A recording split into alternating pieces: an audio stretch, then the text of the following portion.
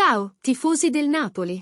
Siamo qui con una notizia esclusiva direttamente da Leo Ostigard, che ha rilasciato un'intervista a DAZN dopo la nostra incredibile vittoria contro il Lecce. Prima di iniziare, non dimenticatevi di lasciare un like e iscrivervi al nostro canale per non perdere nessuna novità sul Napoli.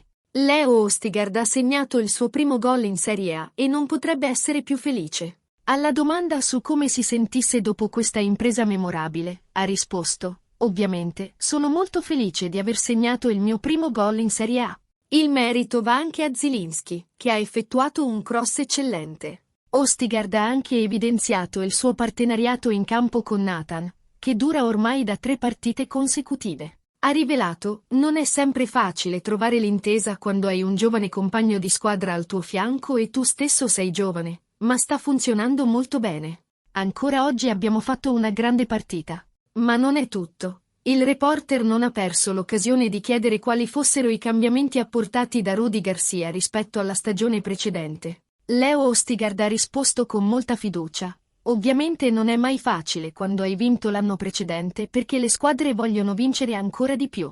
Dovevamo vincere oggi. Credo che una vittoria ci aiuti a migliorare sempre di più e quello che dobbiamo fare è continuare a vincere. E voi, tifosi, che parole ispiratrici dal nostro difensore! Sembra che la squadra stia cercando di perfezionarsi sempre di più per portare buoni risultati al Napoli. Commentate qui sotto cosa ne pensate di queste dichiarazioni di Leo Ostigard e non dimenticatevi di lasciare il vostro like e iscrivervi al canale per rimanere aggiornati su tutte le novità del nostro amato Napoli.